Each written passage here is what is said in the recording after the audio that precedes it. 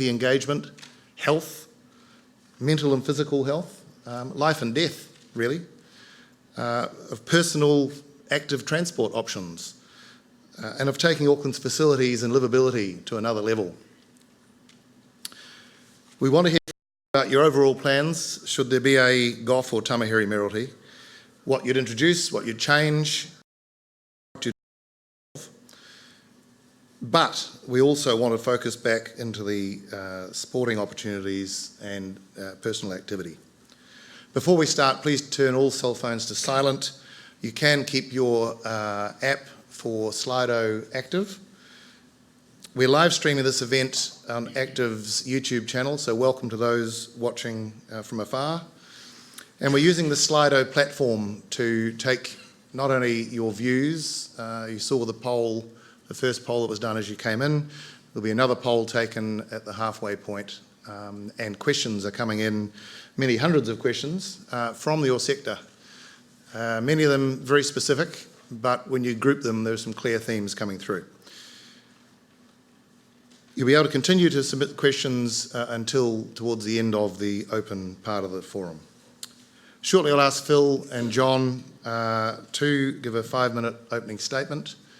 No pressure with bells or whistles, but I'll keep an eye on the time for you. But we would want to hear what you do and what you plan. Then I'll put some questions to them, including some from Slido. And beyond that, we have a decent session where you can ask and debate directly with the candidates from the floor. Now it's time to hear from the two highest profile candidates for Mayor. We've agreed that tonight, we haven't agreed actually, I've written this down in advance, but we didn't get this discussion. John, if you could go first tonight, please, and lead us off. The floor is yours for 5 minutes.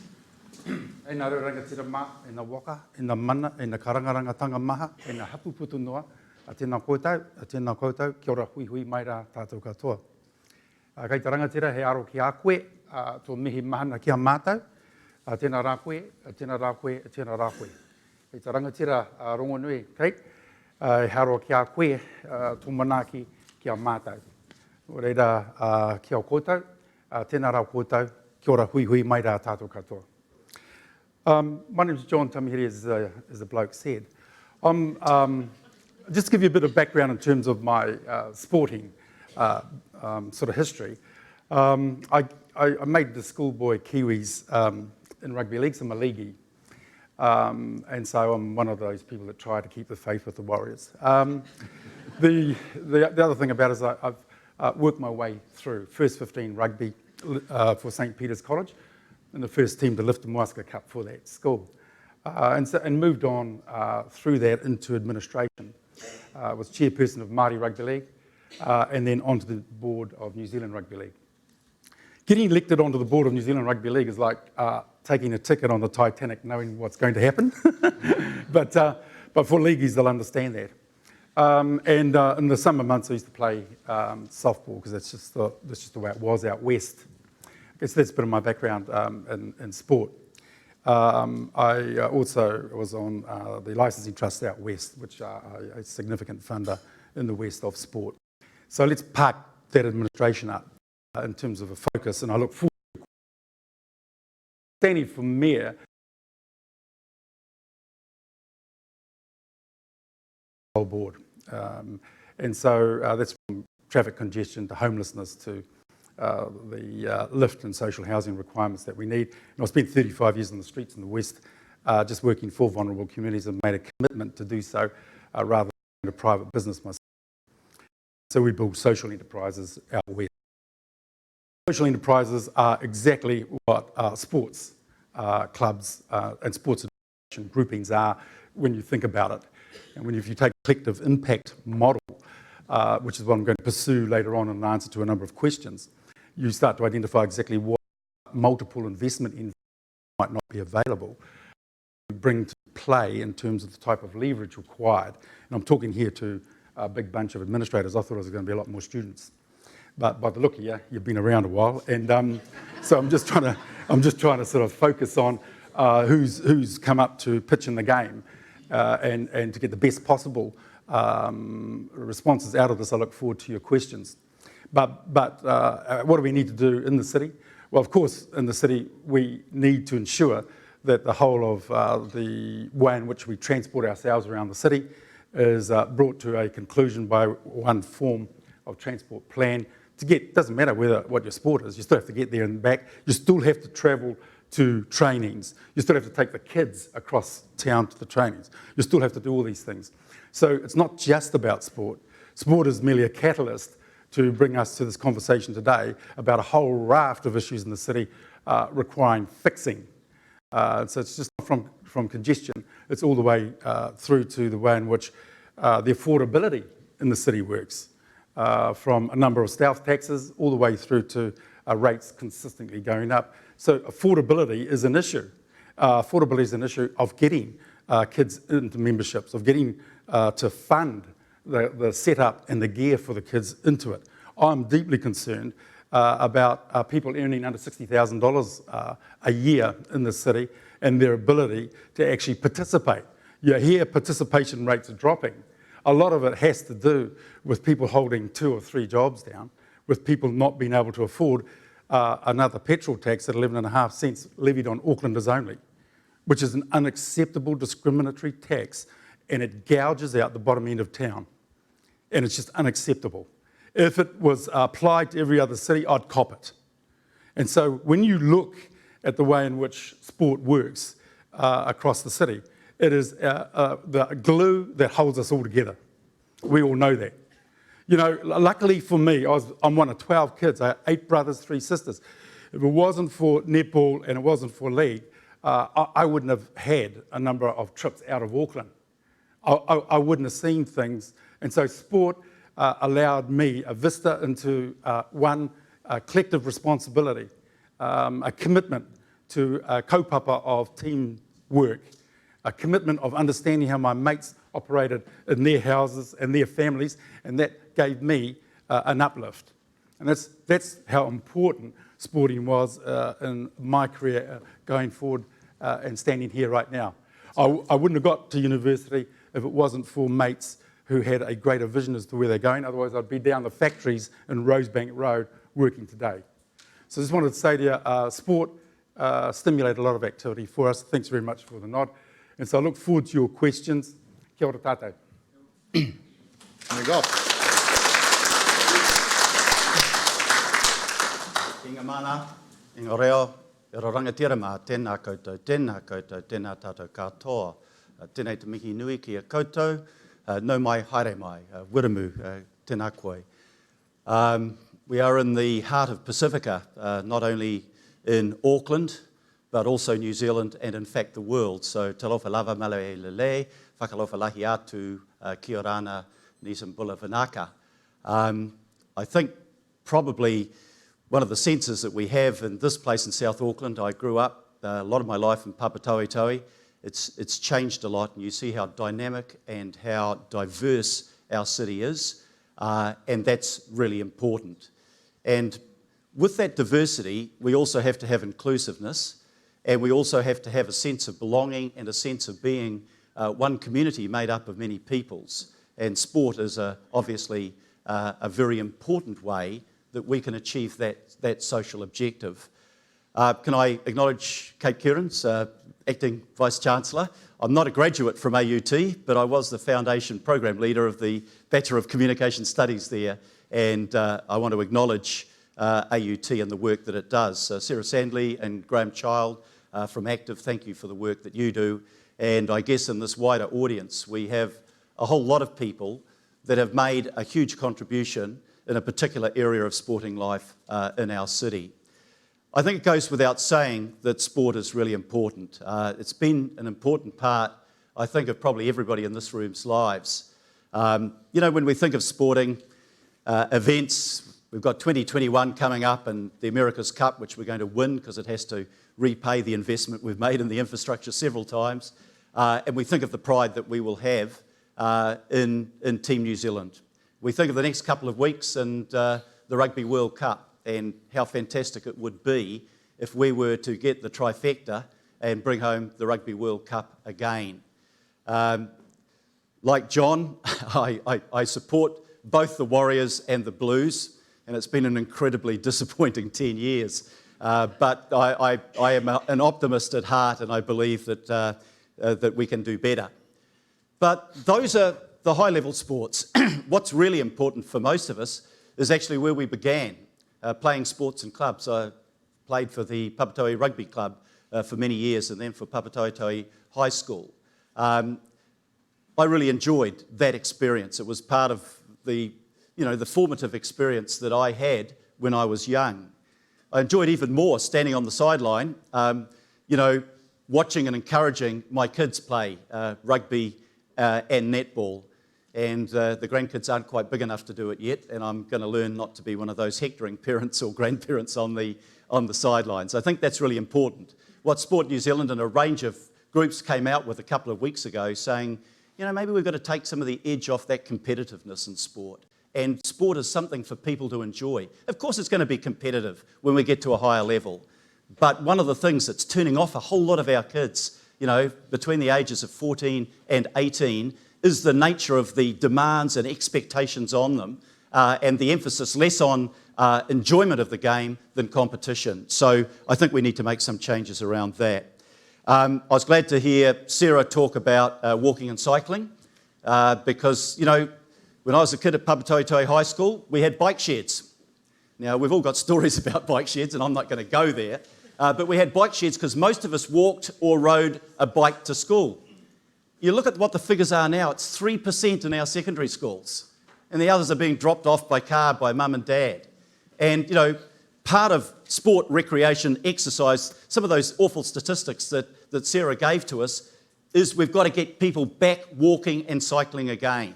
And that's also going to help with traffic congestion. So there's a multiple of things that will help in that area. What are we doing in council about sport and recreation? Recreation's much wider than sport. And if I look at the budget and the 10-year plan, we increased by 50% the funds that were going into parks, public open spaces, and sport and recreation. There is more money going in there, and I think if you look at the budget item, it's about $3.4 billion going into that. A lot of that CapEx into new facilities, even more into OpEx in how we operate. Is it enough? No, it'll never be enough. And that'll be true of just about every area of council expenditure. There's not one single area there that I couldn't think of new and better and more exciting things to do, but there is only one source of funding, and that's you, as ratepayers in this instance, but also as taxpayers, when we look at the huge investment we need to make. How am I going for time, Tim? Just about right, 1 minute? Yep. Okay. I've deliberately got my back to him so I can't see him, so he might be signalling furiously at me.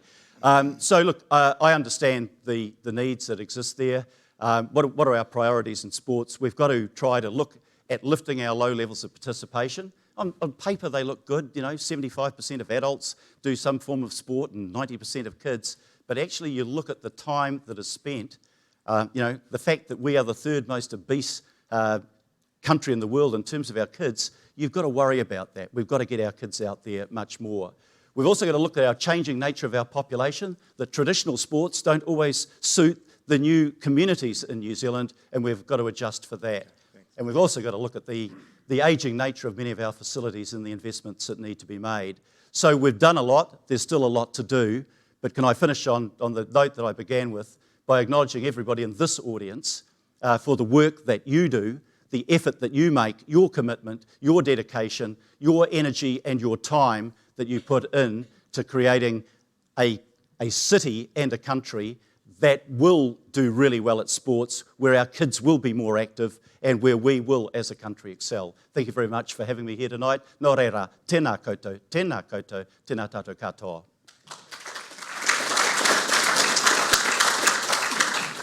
Thank you both. We can now move to some questions. Sarah raised at the start that big question, that big dollar figure of, even though the LTP included a lot more money for sport, there's a gap there of $380 million over the 10 years for capital shortfall for renewals and for growth. Actives recommended a kind of fund, a regional partnership fund of perhaps up to $250 million with the council, but other funders, private investment philanthropists. Mayor Goff, is this a starter for you, or is there any other way that you have, or that the council is considering, of plugging that gap over time, perhaps even a dedicated sports rate? Yeah, I'm not sure I'm going to rush in and say we're going to do a targeted rate in this area. Aucklanders have been very generous in agreeing and actively supporting some of the targeted rates we have put into the environment, into water quality. I think what we've got to look at is a couple of things. One, we've got to look at how much more money we can put in, and we've made an honest effort in the long-term plan. I think most people would acknowledge that. But we've got to look at in an age, and maybe all ages are the same in this regard, of constrained resources, how we can get better value for money out of the resources we put in. And just throwing one idea in, the Colmar Charitable Trust in my old area of Papatoetoe, when I played for Papatoetoe Rugby Club, it was a separate entity. The club rooms are still there. They're about to be demolished. But, you know, they've come together with 3 or 4 or 5 different sporting codes, and they're sharing facilities. So you've got that big area, recreational area, but the shared facilities for the changing rooms, for the bar and the place where you can get something to eat and where you can socialise, I think that makes a lot of sense. We've started approaching schools, and one example is Western Springs, where they want new courts, indoor courts, and we are looking at a dual use so that the school can use them during the day and the community can use them at nights. I think how we can get better utilisation out of the resource that we put into it is really important. You look at something like I'm thinking of the Albany swimming pool. I think that was probably around $40 million. That's a huge sum of money. It's a great facility, but it's a lot of money. So it's not only the money we put in, it's the partnerships we can create with other groups in the community to co-fund, and it's the utilisation we can make of those resources to get the best value for every dollar we put in. Thank you. Sean Tamahere, how...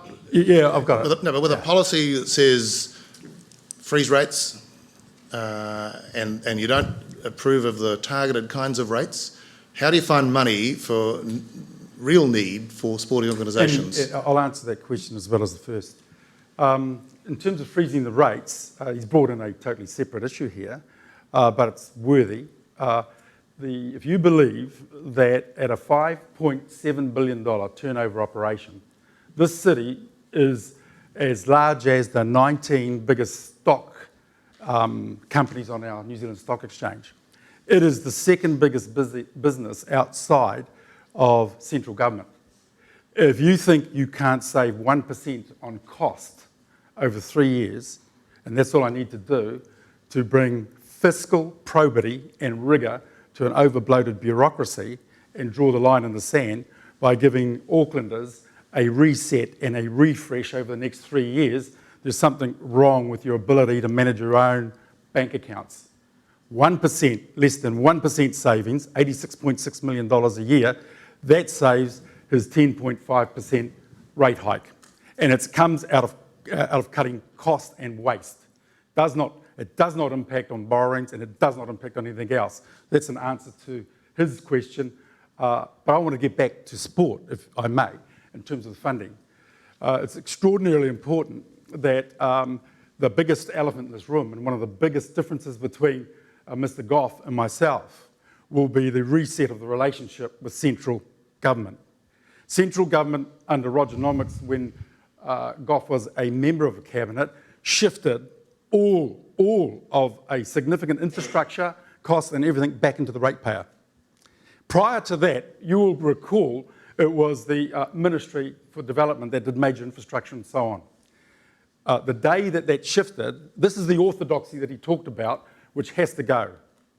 And so if you want to look at some big numbers, it's central government that has the leverage to bring respite to Auckland. Now, Aucklanders are tolerant people. They've paid for the rebuild of Christchurch, paid for the rebuild of Kaikoura, paid for the repairs in Wellington.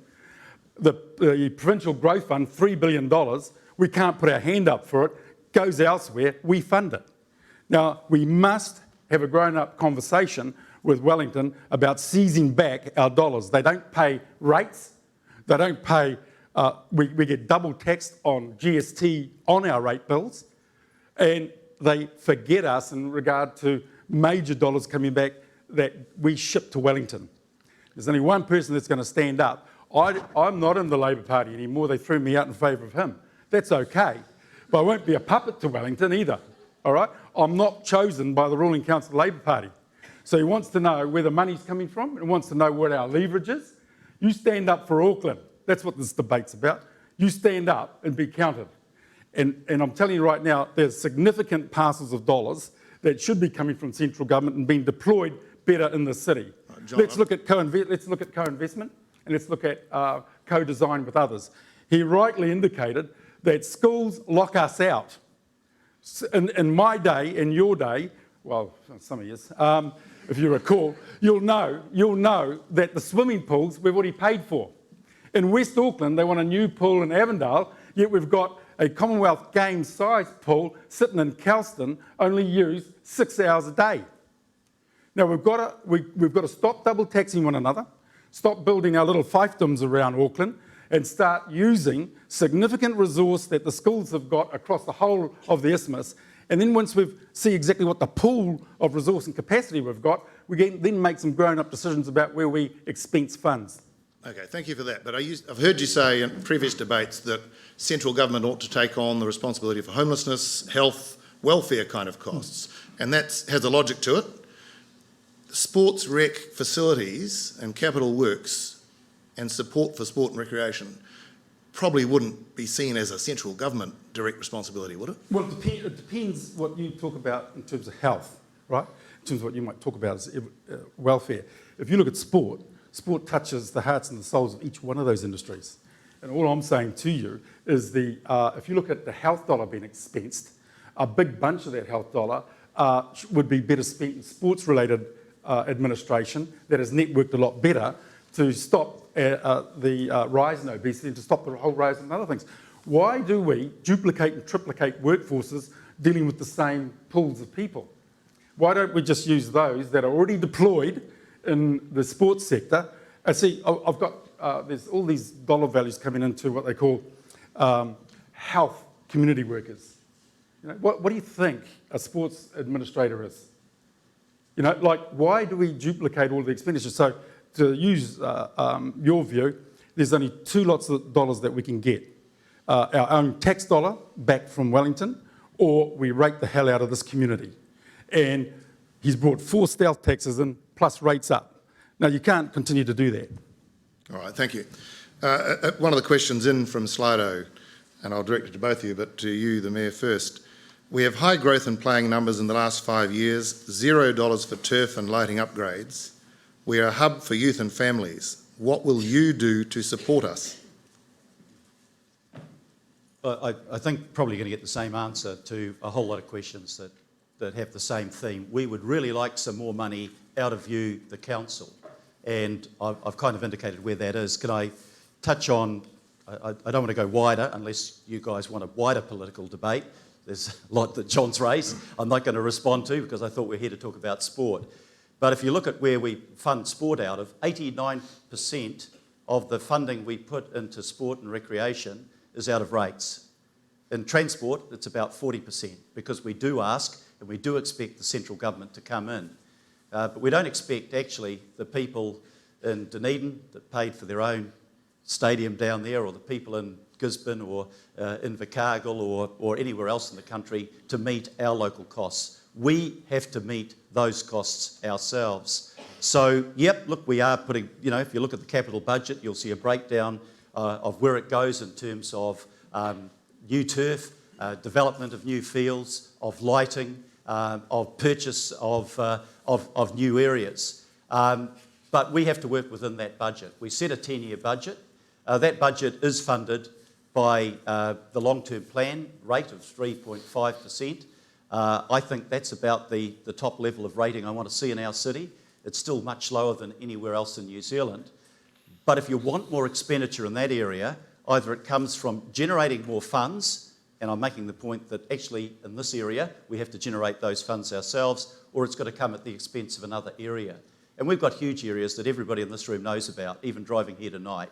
You know, we have to invest in transport infrastructure. We have to invest in housing infrastructure to deal with the housing shortage and affordability problems. Yes, we also have to improve the quality of life in our city, and that's where sport and recreation comes. But there are some exciting things that are happening in that area. Maybe I'll just finish on this note, because I think of sport, and there's a wide variety of things that are called sport. I was down at the waterfront with the ITM Super Sprint guys, Scott McLaughlin and Fabian Coulthard tonight. That's a sport. It's not one where you get a whole lot of exercise watching it, but it's a great event. But one of the things that we are planning in this part of the world is a fantastic Hunua Trail, which will be a 45-kilometre walking track. It'll be walking and cycling. It will be the first accredited cycling track under Cycle New Zealand in Auckland, and it will be part of the Te Araroa walking track. So instead of going all the way down to Milford Sound or the Nelson Bays to do a walk, we can create those sort of activities here. So, money is going into those areas as well. And once again, we're making good use of it because the walking and cycling track will be based on water-care service roads that nobody's had access to before. So the capital cost has already been met, and we can create this fantastic walking path from all the way from Kaiawa through to Clevedon. So it's areas like that, as well as the traditional areas that your questioner asked about, that we are investing in. Thank you. John Tamahiri, the sort of money you said you can save out of the council operations and the money you'd hope to get back from central government, what kind of priority would you put on any of that to go into sport, rec and physical activity needs? Yeah, well, I don't think we've done a full stock take of the range of investment envelopes that are available for deployment in a joined-up co-design conversation. So instead of running a separate fiefdom under one warlord, what you'd have to do is bring a lot more into the game. I've just raised the issue about all of our schooling infrastructure, and some of it's quite superb in regard to deployment for sport. We used to run a Māori Rugby League. It was a rebel competition on Sundays, and so we used to turn up at schools. Now, that wouldn't be taken nicely by the school janitor, but the fact of the matter is that we needed to just use those parks. What I'm trying to say to you is that somewhere in our history, a line was drawn when Tomorrow's Schools was brought in that stopped us all from having a look at the stadia capacity that they've got, the auditorium capacity that they've got, and also the field structures that they've got, and also the pool structures that they've got. And we paid for all this, right? We paid for all this. And so what Aucklanders have to do is start to take a more mature approach about not being in your own silo, but understanding what your co-leveraged capacity is across the city to use multiple other assets that are available and underutilised. That needs a whole new conversation about collective impact. If you don't know what that is, do look it up. But it's just a new global movement because the old way of wiring things, where you have your own silo, has just failed. And it will continue to fail. And until we start to lever off one another, rather than think that we can run our own little stadia for our own little code, it's not going to happen. My stadia and code, I'll go to John Tamiri, jtformayor.co.nz. All my policies in that regard are on that, because this is a bit like democracy by quickfire raffle. But do have a look at some of the substance in those policies. Keep standing. Quickfire raffle is a good point to bring this one in. This is a question from Slido. Sports are reliant on Class 4 funding from gambling, and the reductions in this area are a financial risk to organisations. How do you see this gap being closed? Do you think the reductions from gambling money are harming sports, and is there an answer in that specifically? Well, I think it's a disgrace that sports were obliged to go to one funnel. And I can't stand, see, he says I'm Trump. I can't stand casinos and I can't stand gambling for reasons that I've seen expressed in our communities. So to force all of the sporting people into one conversation because there's only one little area where they can seek funding makes them part of the problem. And so what I'm trying to say to you is that who says that sporting folk should be forced into taking laundered money from the bottom end of town and redistributing it elsewhere?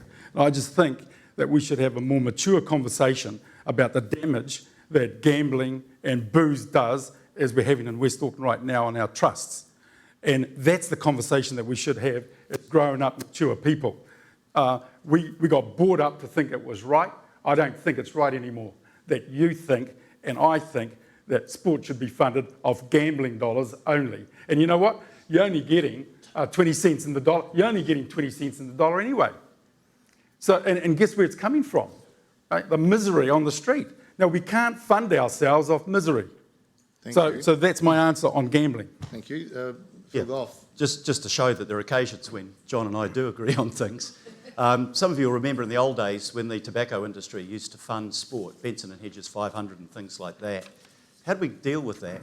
Actually, because smoking was a nationwide problem, as gambling is, the government came in and drew up Smoke-Free New Zealand funding and kicked Benson and Hedges and the other culprits out. And I'd actually like to see the same thing happening with gambling. I feel, look, I know some of your clubs will rely on some of that money. And sometimes, I've seen pokie machines in bowling clubs and nobody's abusing them. I've also gone into pubs and just watched people there hour after hour feeding their very limited incomes into machines. And it is a form of addiction and it is a blight on our society. And I think that, maybe this is where government can come in and help. The government could do the same to gambling that they did to cigarettes and the tobacco industry. I don't think that any of us feel good about using money that comes out of people with a gambling addiction to pay for the sports that we love to support. So there's an idea for central government. You did the right thing on smoking, smoke-free environments. Let's do the right thing on gambling. Good to get some agreement there. One of the issues that's come up in the questions quite loudly is one of equity across the city. That some areas, and you're both familiar with them, west and south, and you've talked about your backgrounds in both. The questions are quite strong.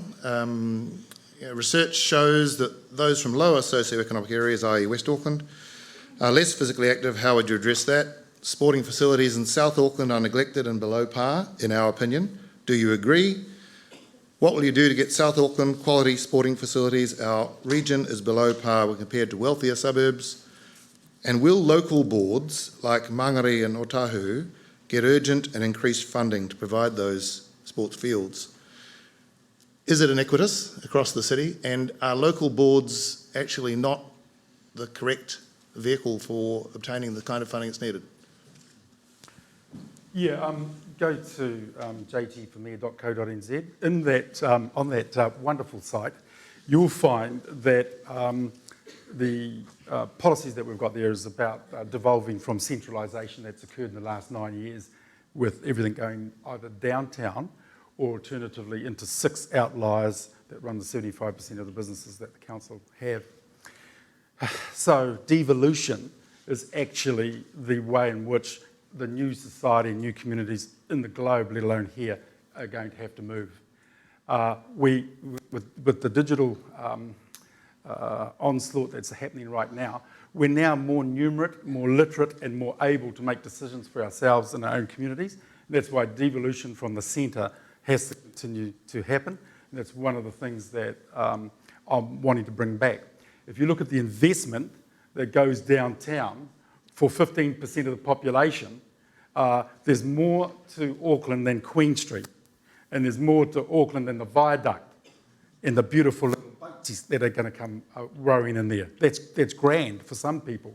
But the amount of money per capita that has been expensed over there and will be expensed over there in the last 5 years and in the next 5 throws out West Auckland and South Auckland in any per capita equity drop, full stop. I'll give you an example. The West Auckland Initiative, 240,000 Westies. West Auckland Initiative gets voted $500,000 over the next 10 years by this government and the LTP. That works out about $2 per Westie. What is that going to do? What is it going to do? They vote $240 million, snap of a finger, down there on the viaduct. Now, that's the inequity that's going on in the city. Here's the other thing. Out west and out south, we don't know what lime scooters are. I mean, who brought those bloody things in? The thing is, what about us? What about us? There's more to Auckland than Queen Street and the viaduct. And the sooner we start to understand that we're going to have to go to a per capita funding arrangement on some distribution abilities, the better we will have it. And that's why we're going to shift. The final thing I'll say about this, the Pacific Island community has been let down time and again. You know, you've got Sir Barry Curtis Park out there. They haven't got even one Pacific Cultural Centre in the whole of South Auckland. It took me waking up by being asked by the Pacific Island people, is there something that you can do for us? And when you ask what, all they wanted was a Pacific Island Centre out at Puhinui, close to the airport. Everything they do, they have to fund themselves, whether it's Whale, Samoa or not. Doesn't matter whether they vote Labour or not, they get nothing. So I'm just saying to the Pacific Island brothers and sisters here, you'll get your cultural centre, all right, because the land is there. The land is there. And I've made that commitment. If I get elected, that's what's going to happen, because when our tourists arrive at Auckland Airport, they've got every right to see the great Pacific Island nations on display in one place, 10 minutes away from the airport. It's great for Auckland, and it's the greatest Pacific city in the world. And it's the largest Māori in terms of densities. 25% of the total population of Māori in the North Island live here. So I'm just trying to say to you that there is inequity, and you all know it. You have a look at the way the Ngāti Otara, they get 1.5 million over the last 9 years voted into them. You know? Why don't we wake up? It's a disgrace. Phil Goff, inequity between suburbs. Well, let me, the answer went quite wide there, but there are a few things that I should respond to insofar as they're relevant. Firstly, in terms of what happens in the centre of town, much of that is funded by a central city targeted rate that businesses and the local residents pay for, and they do that willingly. We put money in there. Secondly, we put money in there because that's where 20% of the GDP of our city is created. That's where 200,000 of us go to work or visit or study each day. Do we put money into major sporting events where there is a great return?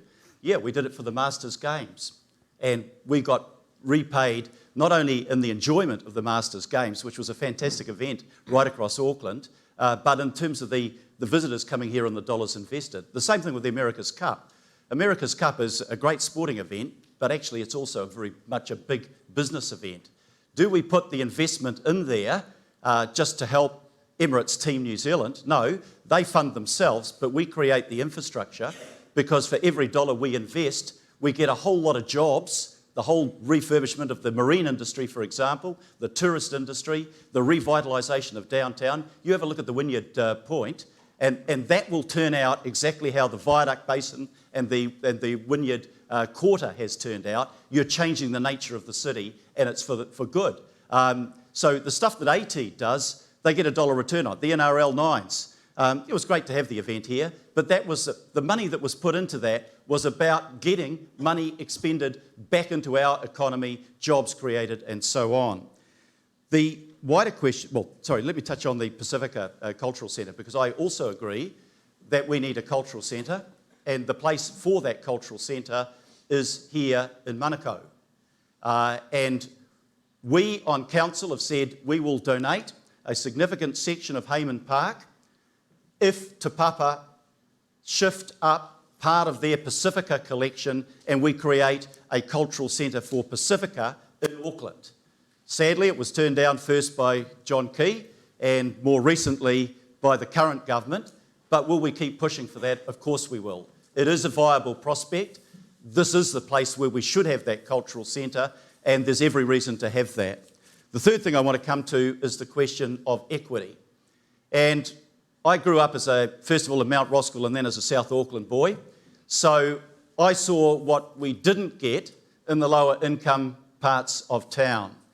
And you've just got to go down to Ngāti Otara Park and see the sporting facility there, the home of the Scorpions. And it's a run-down, converted toilet block, and you can see how bad that is. And that's why this council this year put in, through the One Local initiative, extra funding so that we can transform that area. We will work with the marae, we will work with the league, the netball, the kilikiti, and the football, the touch football, and we will create a new centre there. And if you look at the guiding principles of our sports investment plan, you will see one of those guiding principles is to create equity across our city. And if we look at the areas where we've got low participation, you know, when we think of Pacifica, we think of the fantastic sports men and women that make up the league and the rugby teams. But if you look at the participation by Pacifica, it's really low, and we've got to lift that up. So part of our funding criteria for success in getting funding will be to address those equity questions, and that is appropriately so. I make absolutely no apology for that. It is the right thing to do, to make sure that every kid in our community has access to decent sporting facilities, because the rate of participation is directly related to the accessibility of the facilities for them to participate in. So we will be, and we are, rebalancing the situation to create the sporting opportunities in those areas of the city that are disadvantaged by poor facilities. And this area just across the road here, Otara, is one of those areas. We will be making changes there. And, you know, I think that is the right thing to do for the right reasons.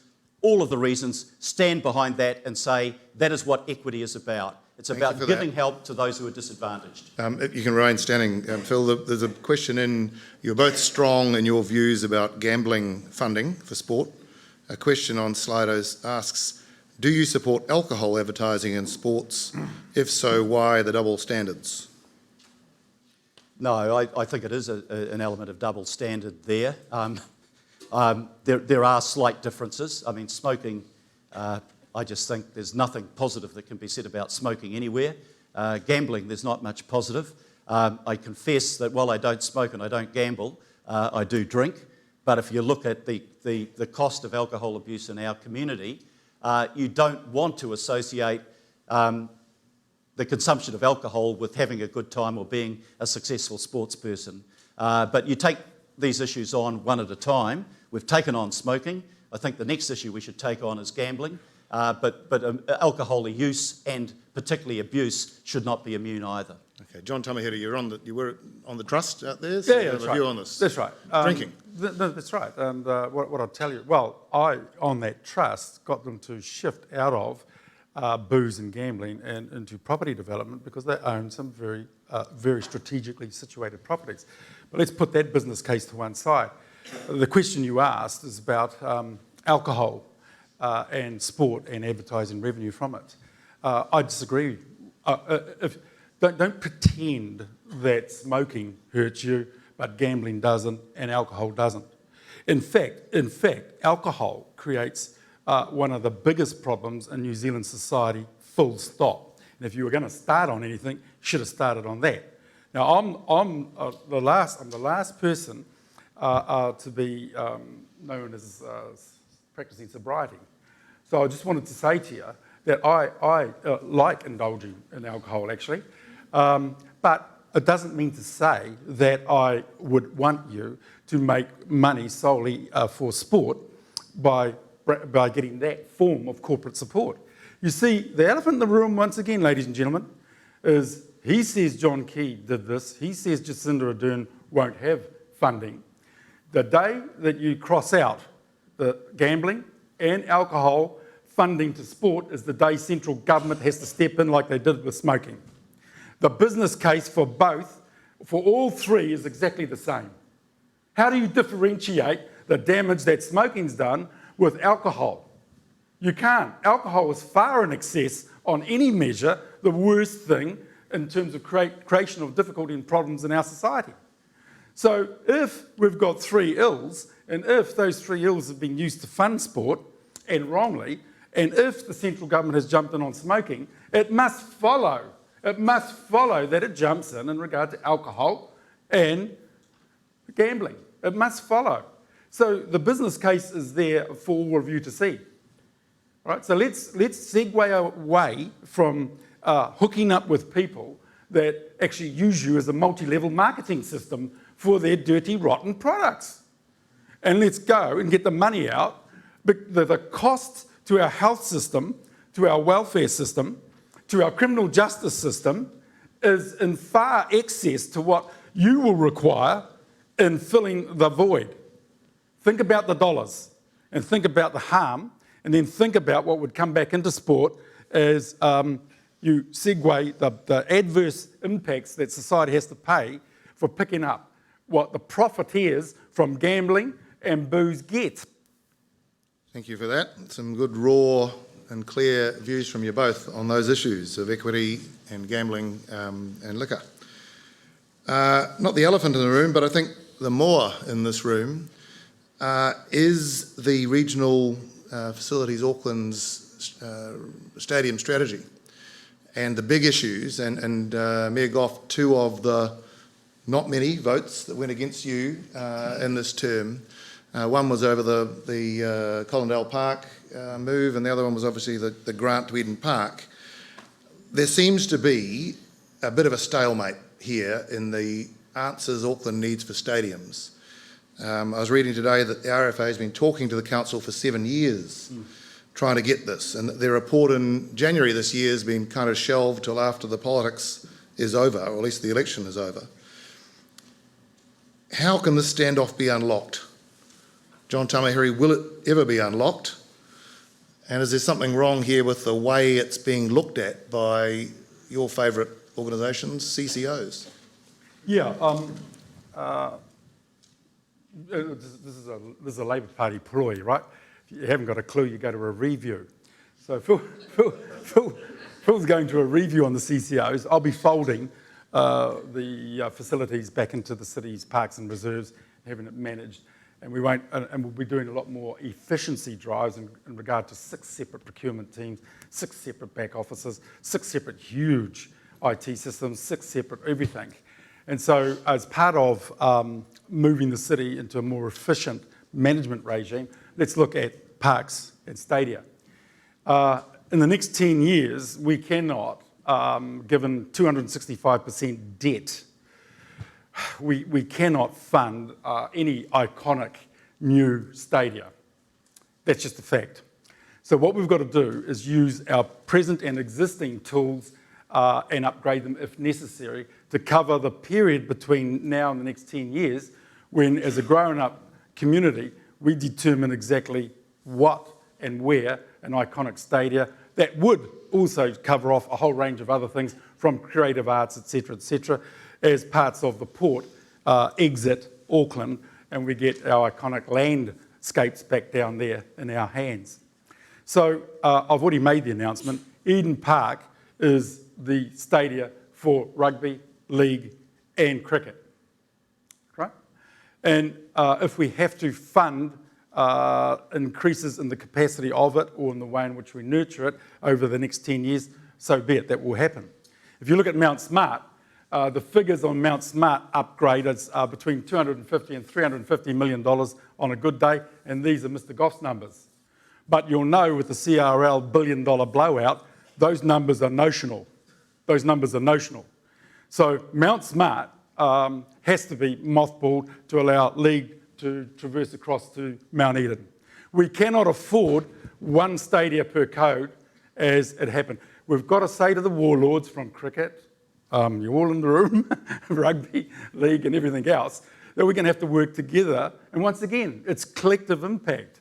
It's an investment model where we start to look at integration as opposed to segregation and then somebody having to pay for your silo. This is a new era. And we've got you need strong, clear, crystallised leadership that actually asserts that. And it's not in prejudice or discrimination to your code, it's actually to the betterment of the citizens of the city. Will there be requirement for more events and event resource consenting at Eden Park? Yes, there will be. The fact that Helen Clark doesn't want them because she lived down the road but bought knowing it was an event centre is not my problem. Okay, the reality is that we have to make it commercially sustainable. And everyone that brought at Western Springs and at Mount Eden knew it was an event centre. And to suggest that not in my backyard, after all of that, is just not going to be tolerated. So that's what we'll do. On Chamberlain Park, not having it cut up. You know, that's part of my heritage as much as anybody else's. You know, I used to recycle golf balls there as a kid to get money. And I got to tell you, it's just not. If you have a look at, you get in a helicopter and look at Chamberlain Park, and it's one footprint. It's a beautiful green people's precinct from that wonderful park across to Western Springs, Motat 1, Motat 2, Meola Road down to Coyle Park. That is the heart, lung and kidneys of our city. It's going to be our Central Park. It's going to be our Hyde Park. And we have to jealously guard those green footprints from anyone doing anything on them in the next wee while. So Chamberlain Park stays 18 holes, and here's another reason why it'll stay, because bloody Remuera is staying. That's why. And Chamberlain is the last of two working men's golf clubs, Takapuna and Chamberlain. And working class people deserve to play golf as well. All right, it's as simple as that.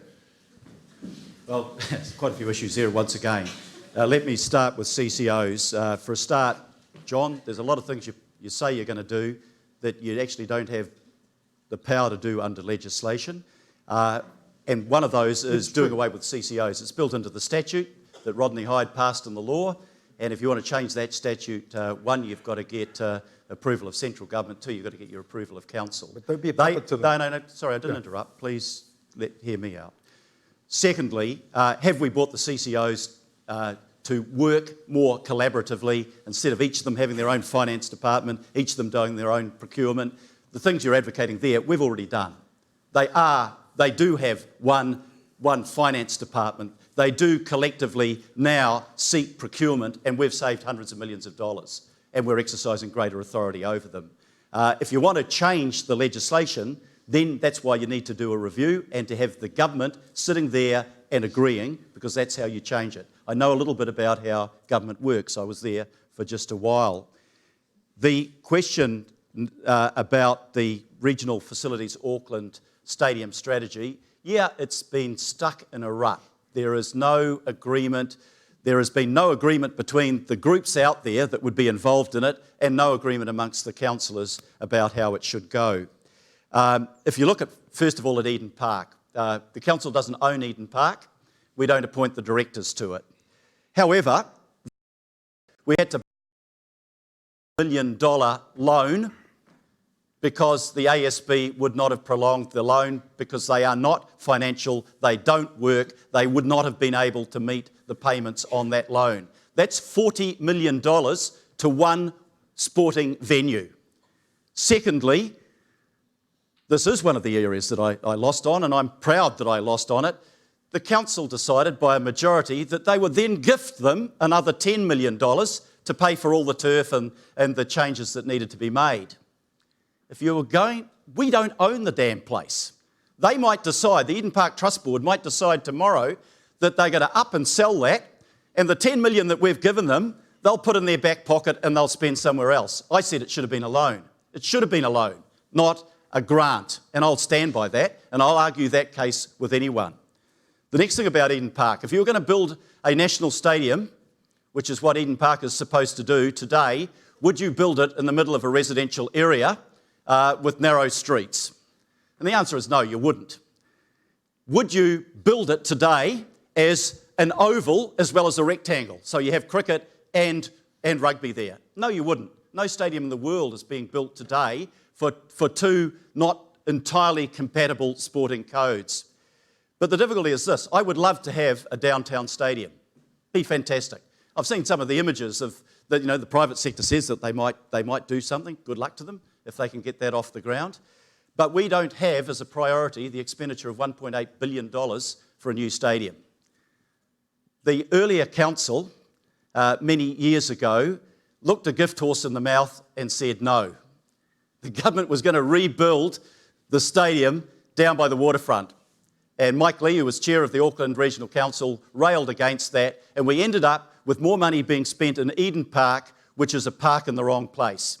But it's a park in the wrong place that's going to stay there probably for another 15 years because we do not have the funds and we will not give the priority to rebuilding a new stadium to replace it.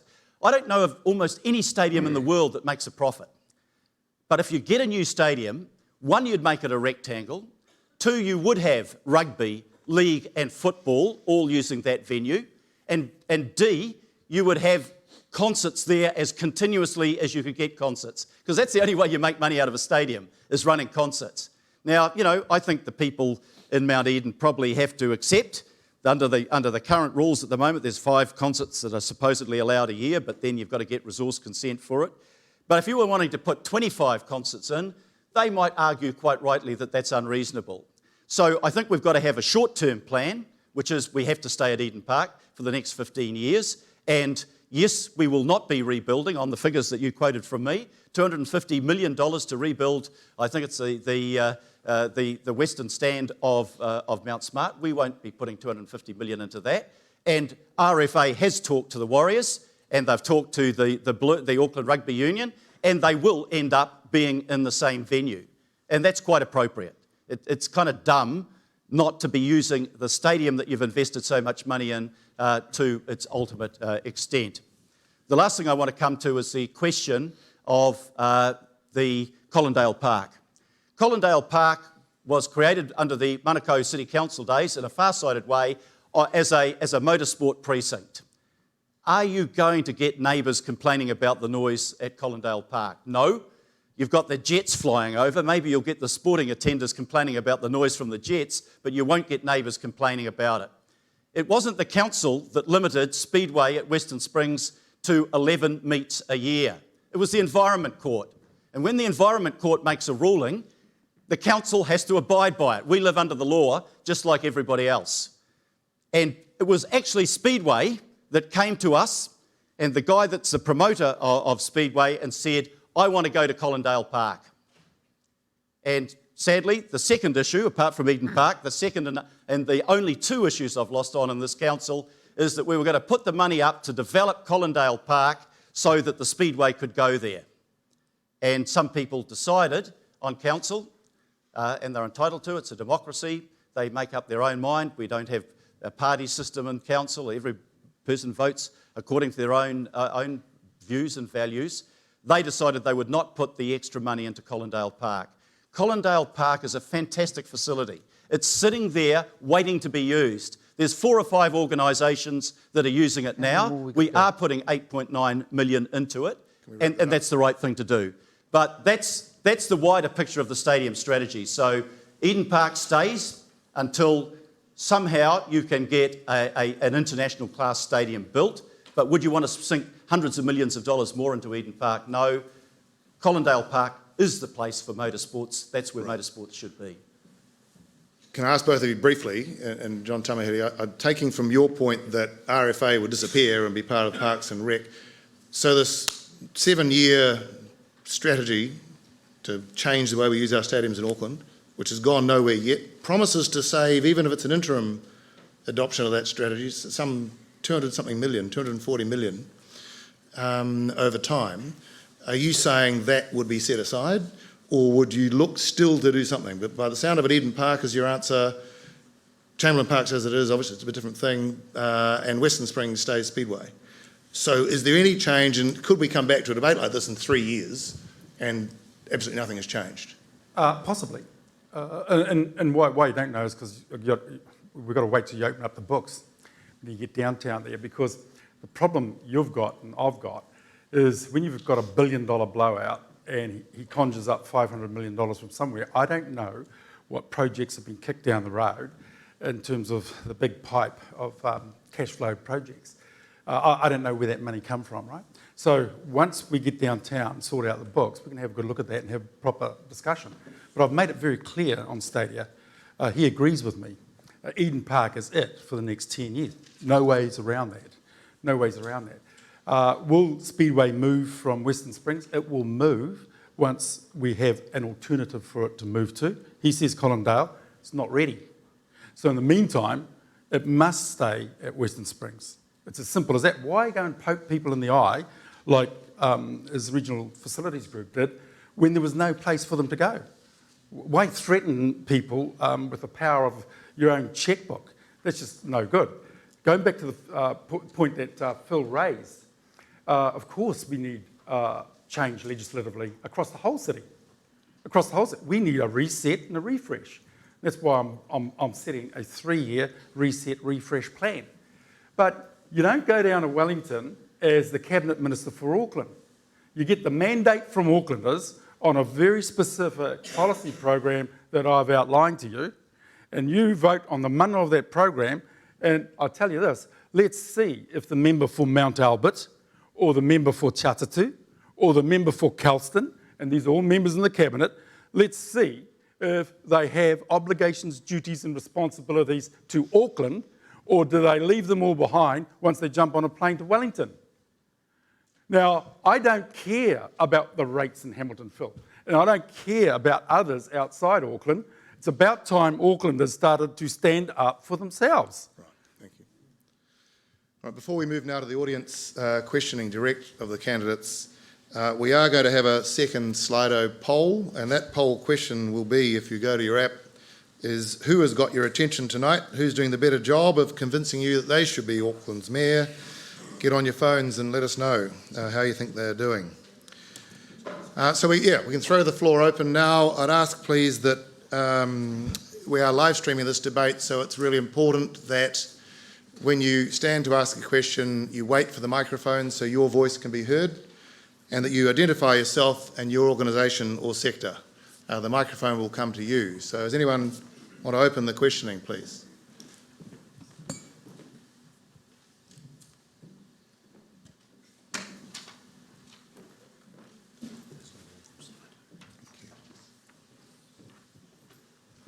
Yeah, hi, my name's Muhammad Imran. I'm from Mangere Centre Park Sports Association. And my question to both of you is, have you realised the fact that in Auckland, weekend sports during day hours are much more difficult now for parents to come to, and the usage of night facilities is on the increase. And we are seeing in South Auckland especially a real lack of artificial turfs, floodlighting, and facilities that we can use to encourage our communities to come and play at night. Because a lot of our parents have 2-3 jobs and they just can't come in the daytime. So the kids come after school, and we are really struggling to put across council that they need to review the social strategy together with the sporting strategy that's happening in Auckland. What's your question? How will the two of you actually help us at the clubs? Because we got so many organisations trying to do things. There's Active, there's CLM, there's Sports Auckland, but we don't seem to have a single social sporting strategy for Auckland. So will you come up with something like that? Phil Goff. I know, Mohammed, as you know, Mangere Central Park pretty well. I attend quite a lot of events there and with your group. Do we have the ability suddenly to expand the budget to provide lighting in every park and synthetic turf in every park? No, we don't. I think you make a fair enough point that social patterns are changing, and I accept your point that probably there are more parents that might want to go there in the evening rather than the weekend if they're working over the weekend. It would be desirable to improve the quality of the turf right across the sporting fields, right across Auckland, and to provide lighting. Some of them have already moved in that direction. Some of them are planning to. Do we have enough money to do them all at once and to speed that program up? Not at the moment. And if you don't have any rate increase at all, you'll have even less ability to do that sort of work that does need to be done and does need to be on a timetable. John Tamahere. Phil's right in terms of societal changes, right? So we've got to keep up with them.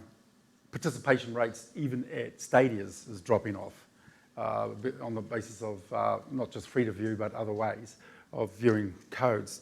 So there's a whole change going on in the sporting world and in our own society. And we can't grasp for nostalgia, so we have to think about exactly what the demographics are telling us in terms of the shift. And that's also on employment issues that bear largely on the ability for parents to get their kids to different codes. It'll be sequenced over time where new turf, new floodlighting and the like will occur. It's a safety issue as much as a use of facility issue as well when you're going to night code arrangements. And so there's no magic wand, it's just sequencing of that. But once again, let's have a grown-up conversation about that, because he who makes the noise most often gets the oil, right? And you understand that, yeah. Go over to the east side of town, you'll see. Another question, please.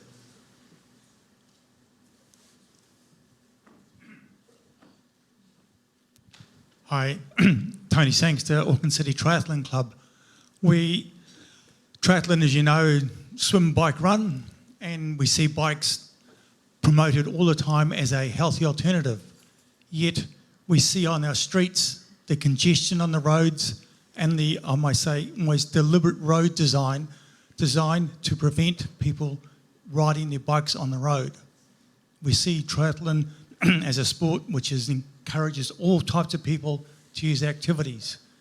I see people coming to events, they do a triathlon, and they end in tears that they've achieved something which is so aspirational. But again, the roads, condition of roads is so unsafe that people are dropping off, and we're not drawing people into it, as per the comments quoted, that participation is dropping off. I see the roads around Auckland that you go out to Maraetai. That used to be a well-known training path for triathletes, competitive cyclists. To go out there now, you're nearly nuts. Can I ask the question, please? So the question is, how do we fix this? We see biking promoted as a healthy sport. We see a congestion on roads. How do we get people back onto their bikes, which people refer to? How do we do that? Because the roads aren't designed for it. How are we going to fix it? Yeah, look, going back to the nostalgia of the bike shed. Okay, we all understand that, but everyone lived within close proximity of the school. That's just not true now with schools plumbing 3,000 kids. They travel a lot wider. We're not Amsterdam. We're not Amsterdam. Auckland is a variegated landscape, and cycling works for some part of it. And if that's your code and your sport, that's a totally different user on the road to the desire for cycles. So what's happening in Auckland is, over time, once again, it's a sequencing, and you segue people. You just can't deploy cycles and to the extent of causing major congestion on cycleways. And what we have is, I think, an inappropriate deployment regime, right? And why do I say that? Is because the frustration of causing congestion, and go to my website and you'll know what I'm talking about, jtformayor.co.nz. And if you have a look at a video there, the urban design champion that Phil's got there says, we're going to go from 2 lanes to 4. We're going to resequence lights to drive people out of cars. We're going to put speed limits in, and we're going to put speed bumps up. Now, that I intuitively get this, right? But it has got to be sequenced. You can't make a war on cars and make it cyclists versus cars, because it's not true. And it just causes clashes. And it's unworthy of us to set cyclists up on a pedestal as opposed to you're a Philistine driving a vehicle. It's just not true. We will, over time, segue to this. So how do we do that? Well, you're going to have an Auckland Transport Agency that works outside arrogance and works with its populations to actually get us all working off the same sheet, okay? And so at this stage, that's not happening, and it's because of the arrogance of a number of bureaucrats running programs without listening to any consultation process. Yeah, it's not a war on cars, it is a war on congestion, and it is a war against the unacceptable rate of accidents that we're having across our city. Between 2014 and 2017, our deaths and serious injuries rose by 78%. 78%. Good friend of my son and my daughter was one of those on Hobson Street. a year ago, and I watched a young man with 4 young children have the plug pulled on the life support unit. I don't need to be convinced that we've got to focus more on safety. I ride a bike. It's an electric one. I cheat. But when I'm wearing a suit and it's up Albert Street, I like to turn up at a meeting and not be sweating too much. But when you're riding on a bike on a road where there is no separation, you do not feel safe. I also live in the area where all you guys come out and cycle recreationally out in Clevedon. And they have widened the roads in some areas, but it's still not separated. And you're right, it's a lovely ride through to Maraetai, but that North Road is, it's dangerous. So what we have to do, for a whole variety of reasons, is that we have to get more walkways and cycleways. And I know, some people in the car lobby rubbish this. I just want to say this about accidents too. Where's the biggest increase in casualties on our road? Pedestrians, cyclists, and my group, motorcyclists. And who causes those accidents quite often? The guy driving the car. So we have to create a greater, I said before, it's I'd love to see the kids going back to school on their bikes, but if I was a parent and with the sheer volume of cars on the road, would I think twice about wanting my kid to ride a bike to school? I probably would. But what we're doing is a number of things. First of all, some of our progressive local boards, like Puke Te Papa, the area that I used to represent, they've created cycleways around the schools to actually facilitate the kids getting there.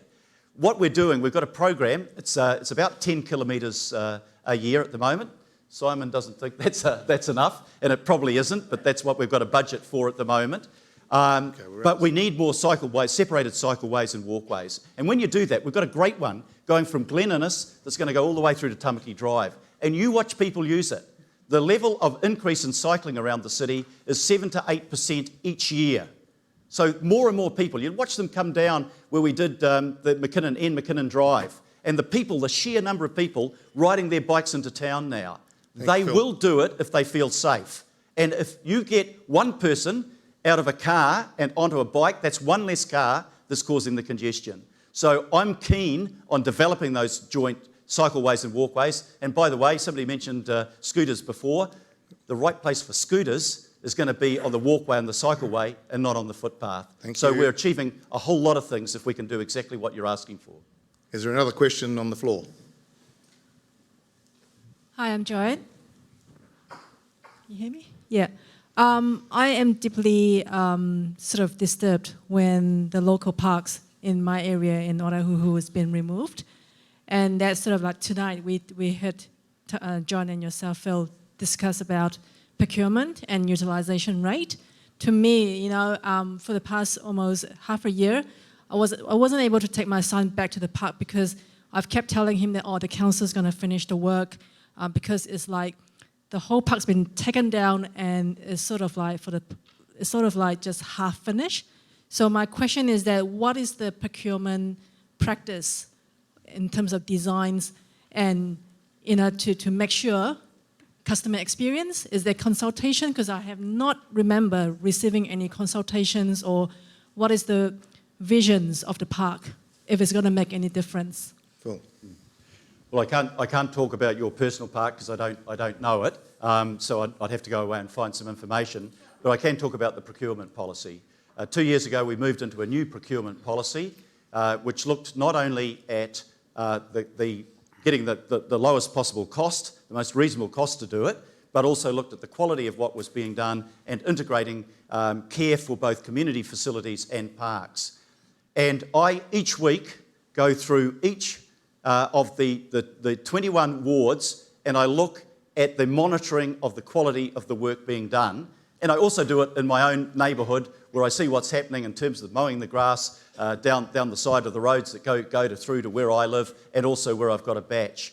And I've got to say that overall, that has produced an absolute improvement in the quality of care for parks and facilities. I actually, because it started off, and anything that starts off has teething problems, I thought, gee, if we'd done the right thing here, because there were problems there. But actually, month after month, I've seen that getting better. It is a competitive program. If the people aren't doing the job properly, then they won't get their contract renewed. But what I've actually seen is a big improvement of quality Thank you. and the value for money that we've We'll get got. John Tamahiri's response on the Yeah, parks and procurement. I think that's a load of bollocks. How would you know? No, because I've got eyes and I can see, and so can you, and you know. Let me deal with procurement first. Later on next week, I'll be delivering my last policy announcement. He has none. I've been rolling out all the ideas. It'll be on procurement. Okay, and I'll give you an example of how broken it is.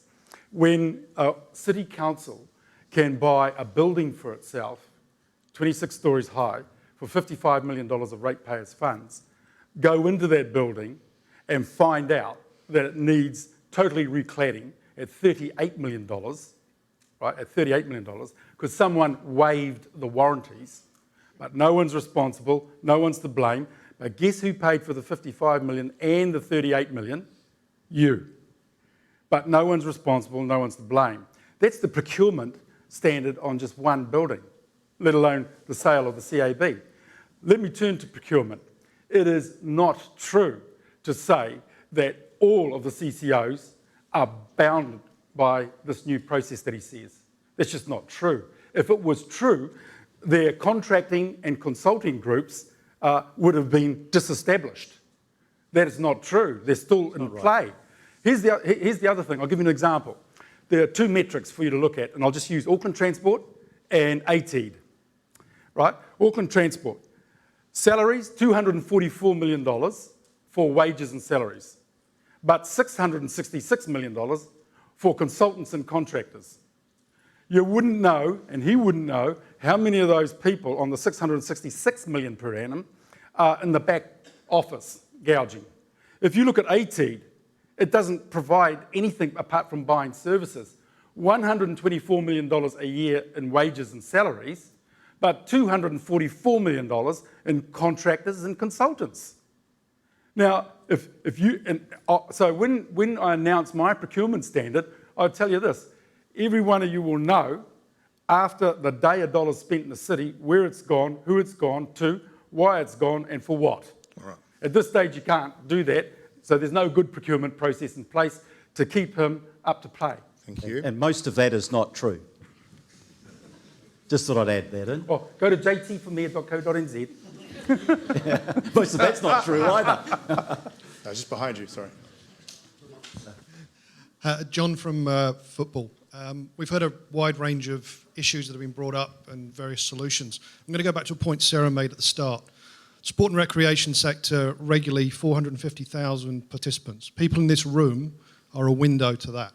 Can you tell us succinctly, why should they vote for you? What will you do in the next 3 years that will make a difference to the sport and recreation sector with the budgets that you've got? We know there are limitations, but what would you do that in 3 years' time you'd stand up in there and say succinctly, there you go, I promised I would do that, and that's the difference I've made during this term of office? Sorry, go. Succinctly, John Tamahiri. Central government. Okay? We've already made the case very well here tonight about smoking, about alcohol, and about gambling funding to sport. Has to be replaced. So to replace it, you need somebody that's going to renegotiate that. You need somebody that's not going to be a puppet to the Labor Party or to the Labor government or to the national government. That's why Christine Fletcher and I are running to actually reset that total relationship with Wellington. And if you don't do that, we've got some major problems. Okay, that's point one. Point two, as I've indicated to you, let's have a grown-up conversation about a wide range of investment envelopes that can be co-levered by way of a co-design conversation amongst us, whether it's with schooling assets or whether it's with all sorts of other assets that are in play that we can actually look at. See, I'll give you another example. In West Auckland, just in the youth area for sport, there's 118 different agencies. Now, that is just crazy, okay? And Lotto here and bids here and that. So we've got to actually try and come together and bring some sanity into this. And just because I play league, in my day, it was like the Catholics versus the Protestants when we bumped up against the rugby boys. Now we've got to get rid of that level of tribalism.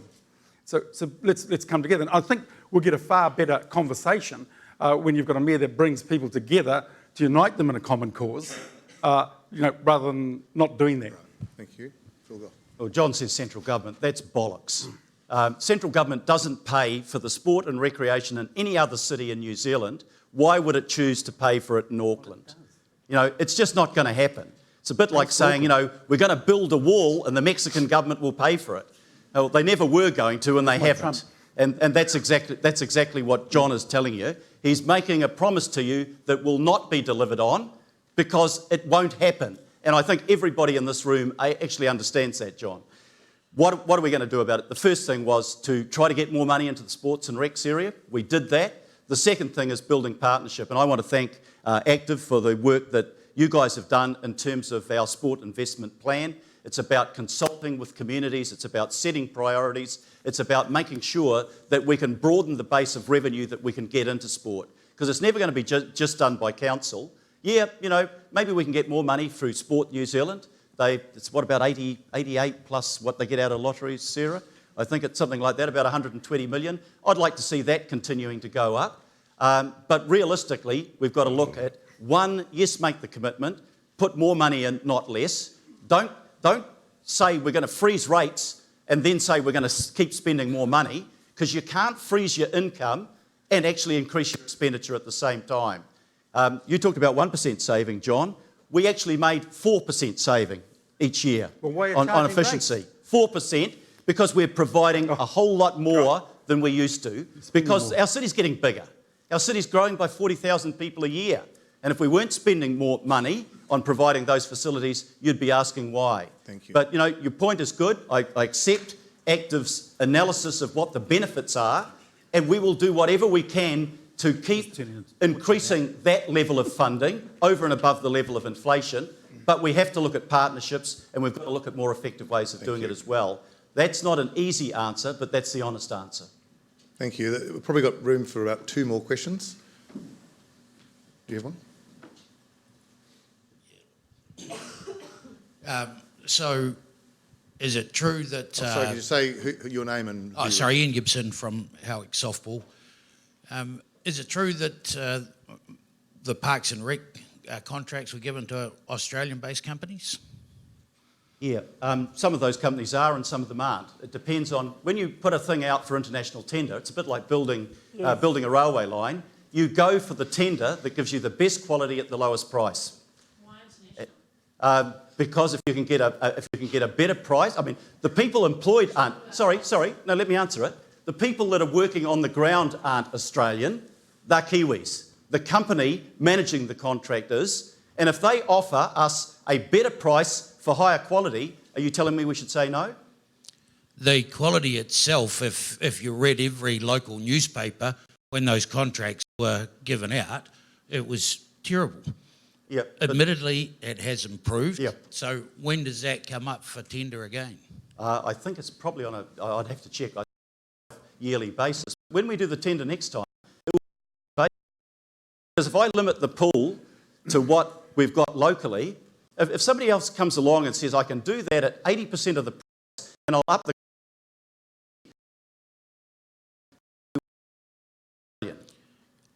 I'd be interested in John Tamahiri?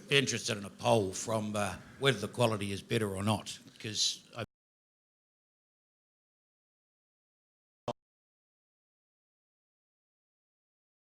When I announce my procurement policy, I'll make it very clear, okay, that under the Act right now, and you'll see it in the procurement policy, the legislation, it actually authorises council to make a number of decisions, not just on pricing, but on building longer-term capacity and capability in the communities. Auckland businesses and New Zealand domiciled businesses must get preferential treatment consequence. Look, there's tradables here, right? So you can't do that under CER. There's tradables here. There's tradables here. So all you'll hear is what I can't do, but I know what I can do. Okay, and so the difference is palpable between the two of us. He will go to Wellington and say, "Oh no, okay, then Jacinda, it's okay. We'll Bill English or whoever's there." But if you give me the mandate, a number of things will happen in regard to what we need to do. So have a look at looking at after our own backyard first. We can only scale Auckland businesses by them getting a part of 5.7 bank. To send it offshore, these guys, multinationals don't pay tax properly in this country.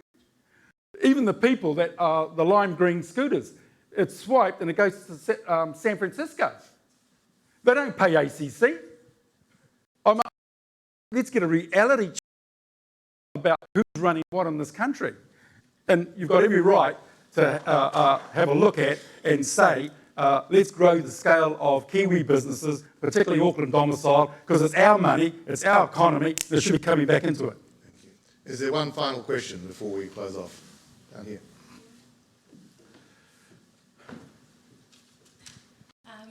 Good everyone, my name's Tasha. I'm from the Margaret East Hawks Rugby League Club, John. So, and thank you to you, Phil, for helping my brothers and sisters at Otara Scorpions with their building. My question comes to you guys because of the 4,000 members that sit behind me. So we're one of the largest sport clubs in New Zealand, but one of the struggling clubs who aren't getting our fair share of equity. When we talk about the usage of our turf, we've got a nice turf there, but we have to reduce that usage so that we can make it last. For 4,000 members, it's a joke. We're trying to look at other ways where we can coexist and survive. And the Reserves Act was my question. It challenges us today. It prevents us from growing financially, sustainably, and to better reflect our community. We are not a multi-sport, Phil. It's not multi-sport. We are multi-space. Our community demands more from our sports club. We have higher needs than other communities. We're at 45,000, about to go to 65 in Mangere alone. What are you going to do, or what's the better plan for clubs like us who are feeling the urban spawn? This is the kick from the urban spawn and that house growth. Thank you. Phil Goff.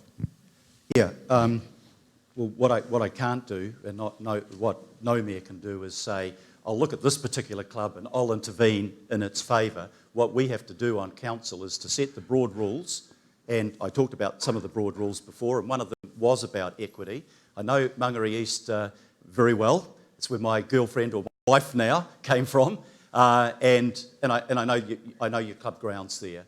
But I can't intervene on behalf of a particular club. All I can say is, hey, the rules ought to be this.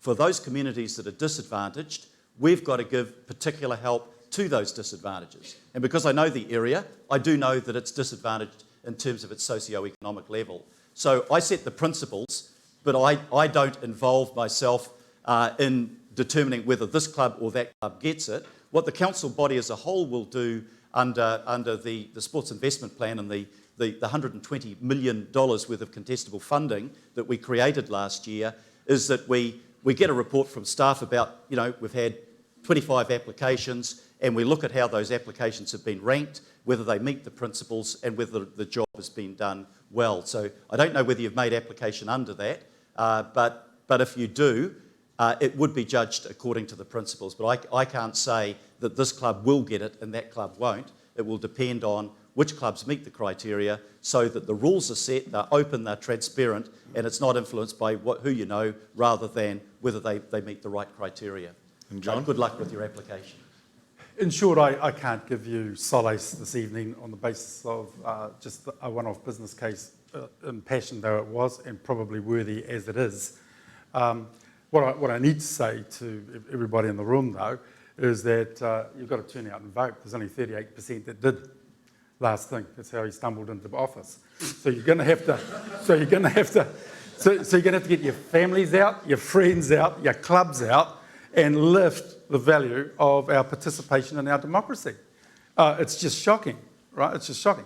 I don't care if you vote for Goff. You'd be pretty stupid after tonight. But the point that I'm just telling you, is get out and vote, and get your families out, and get your club out, get those 4,000 members out. That's when politicians start listening to you. When your vote turns up, So I just implore you all to go back to your clubs and have vote days. Doesn't matter who they vote for, have vote days. And that's what we're doing out west. And that's what we're going to do in a number of other venues. We must start to participate in our democracy rather than wake up and you're out of control of your own city. Thank you. Now, before we finish, there is a result, I think, from the poll that was taken midway. It's live at the moment, Brittany. It's still live, so we'll move very quickly to a final 2 minutes each. Why you should get the vote of the members of these organisations. Phil Goff. Well, first of all, thank you for coming, and just to introduce a bipartisan note into it, I think it is important that people get out and vote. We know that people in the eastern suburbs vote. We know that people that are over 60 vote. We need our young people out, and we need all of our communities out to vote. And you decide who your ward councillor is, who your mayor is, and who your other elected officers are. I think this election is about whether you believe that what is being promised to you can be delivered, and whether you believe that there is a reliability and trustworthiness in the candidate that you are supporting. I set out 3 years ago, I made a series of promises. I believe I've kept those promises. You can go back and look at what I said, and you can then judge me against those. I'm happy to do that. I come from a school that says it's better to under-promise and over-deliver than the opposite. If there was a simple solution that you just go down to the money tree in Wellington and shake it hard enough and the money will fall into your lap, yeah, that'd be a beautiful world, wouldn't it? But it's not the real world, and you all know that. If you want a city that develops a quality of life that is a great place to live, that's world class, we've got to contribute towards payment towards that.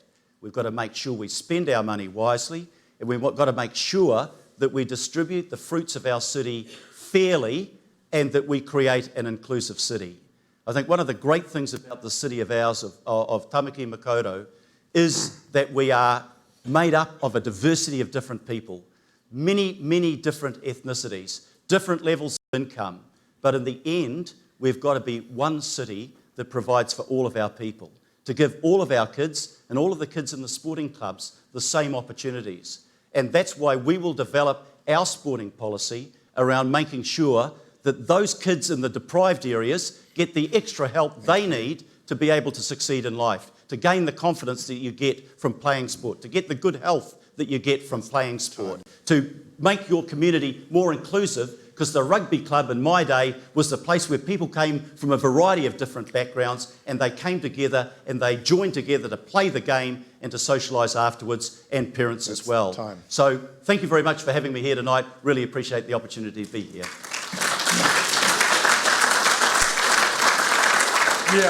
In the last 3 years, if you believe he under-promised and over-delivered, you're in cuckoo land. But putting that to one side, if you believe that this failing status quo cannot be changed, you vote for Mr. Goff.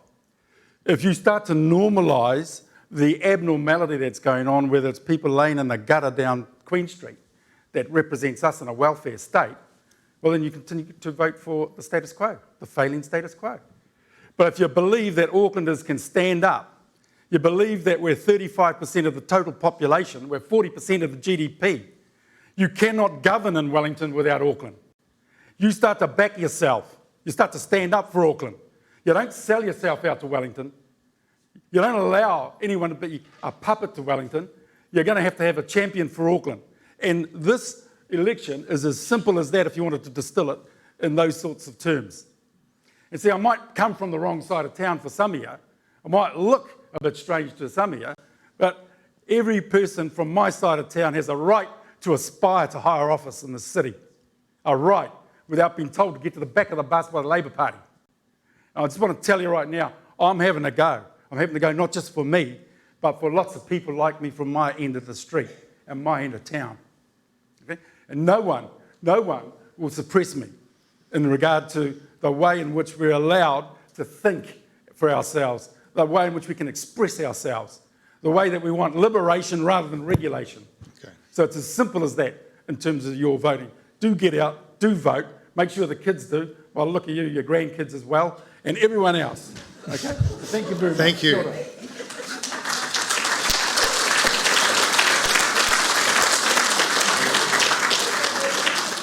I think we've had a debate in the real spirit, Wiremu, of Karawhua. People have put their best foot forward and got right into it. So that's the end of the debate proper. Thank you both. And I'll turn over now to Sarah for the wind-up. Thank you.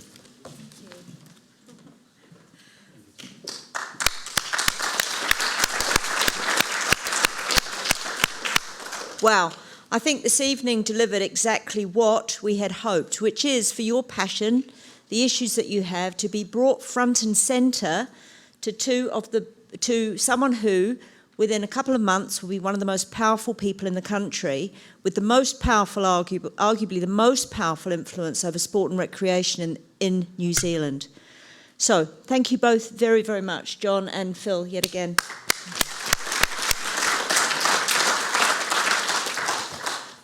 Please get out and vote.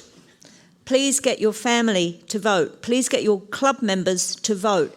Please look on our advocacy, the advocacy page on our website. We're gathering direct feedback on 4 key questions from all people standing for office, all the people standing as councillors in your local board area, and in many cases councillors in your ward area, and in many cases local boards. Find out what they think. It's very important that our voice collectively is heard by people who make the decisions in the city. Partnerships. I'd like to thank AUT for co-hosting this event with us, and I'd also like to, I know central government's had a bit of a bash tonight, but I want to point out that Active is, the vast majority of funding that comes to Active is from Government and Sport New Zealand. In fact, Council's investment in us, they are the 4th biggest contributor to the work that we with our partners do in the region. We are very grateful for it. I don't wish to say that, but I just want to say that central government plays a very key role in the work that we do in the city, makes a contribution. Outside, I've mentioned our long-term strategic framework earlier, and there are printed documents of this that you can take away. There is food and drink outside. We would really like people to stay for a while and mingle. There are opportunity to ask further questions. I would like to very warmly thank Tim for his time this evening. He did a brilliant job, and I'm sure we'd all like to express our gratitude to him.